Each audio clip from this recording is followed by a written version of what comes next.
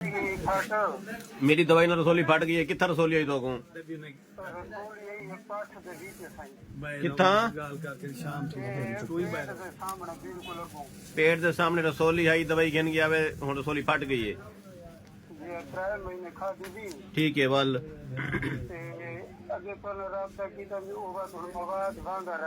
हाँ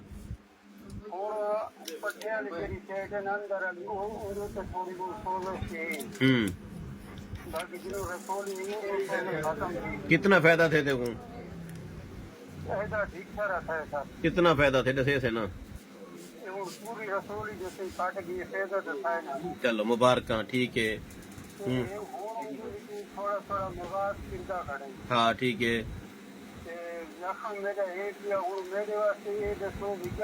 तुसा मेरे को दोबारा वापस आओ मैं पोजीशन देख समल दवाई दे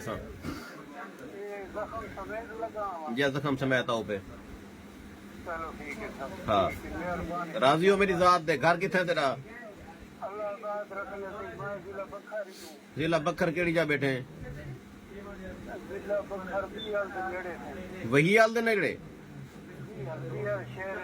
क्या ना है तेरा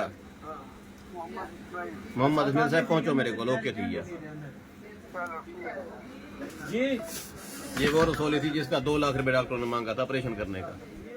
मैंने आंख मारी रसोली फट गई बंदा ठीक है वापस आवे दवाली देखो ले ला किन्ने काला काला ले ला किन्ने देखो हैं ले ला गोल क्या में